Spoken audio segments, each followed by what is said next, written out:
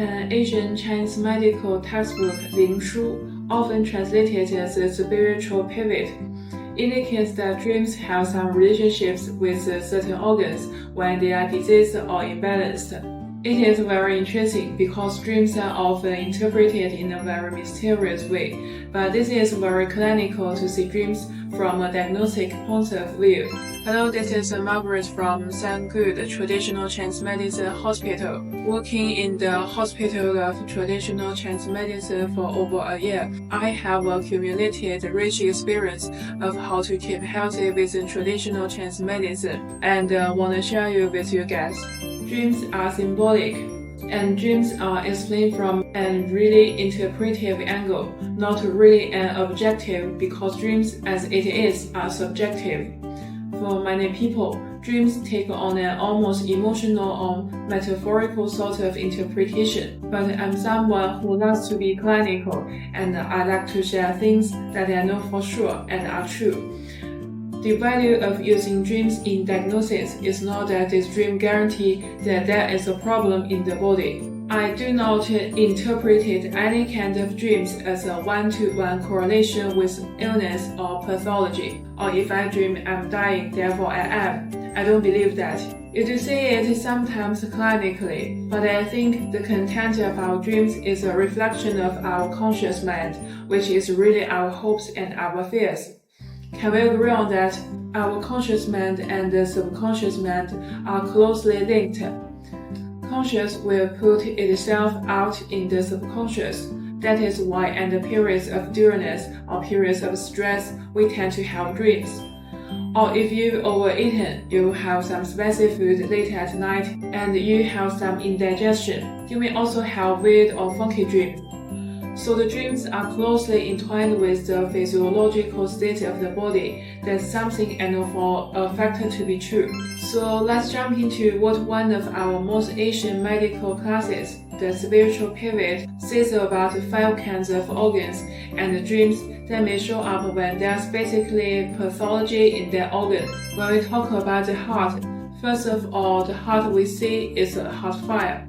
The Lingshu, the spiritual pivot, says that dreams related to pernicious influences being in the heart involve mountains, smoke, and fire. So in this case, the dream is a reflection of what we call the fifth element. Heart is associated with the fire phase, heart in the small intestine, depending on the model that you look at. So no surprise, dreams involving fire, smoke, are related to the heart or the fire organ in this case. Dreams involving the lung organ tend to be involving dreams of flying, as well as metal objects or weapons. So when we talk about the 5 phases within traditional Chinese medicine, which is a sort of an ancient archetypal way of looking at interactions both in nature and society and in medicine, the lung is depending on the model you look at associated with metal. You have lung obviously dealing with air and things like that, flying, but also lung is associated with the face metal. So as a metal organ, it's dealing with metal objects in the dreams. When we talk about the liver organ, the liver is associated with wood. So no surprise, here the liver pathology, the dreams tend to be involving things like a mountain, forests, and trees according to the spiritual pivot.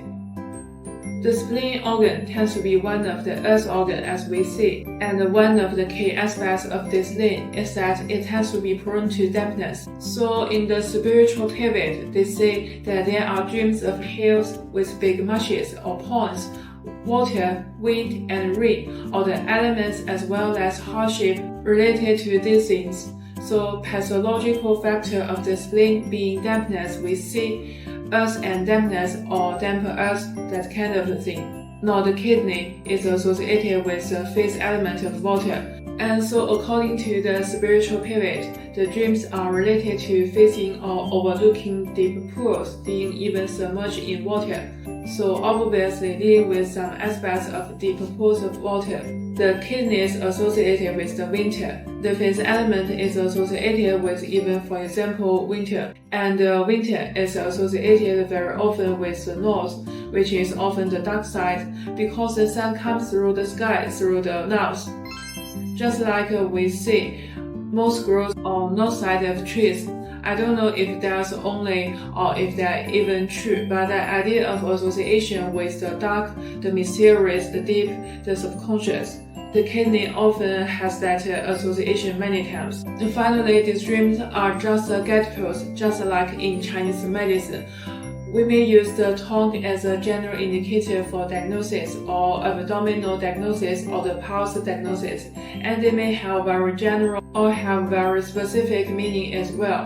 But ultimately, the best diagnosticians tend to use multiple points of diagnosis, a lot like triangulating where the issue is. The more detailed points you have, the more you can accurately diagnose what's the issue and what you have to actually treat specifically. For example, if a patient came in and said, "Hey, I'm having dreams of big mushes," and what does it mean? I'm not going to automatically say, "Oh, you definitely have a spleen-pancreas issue," when they have no symptoms that indicate there's a spleen-pancreas issue and no pulse related and no abdominal findings related. I'm not going to rely on a dream over objective finding.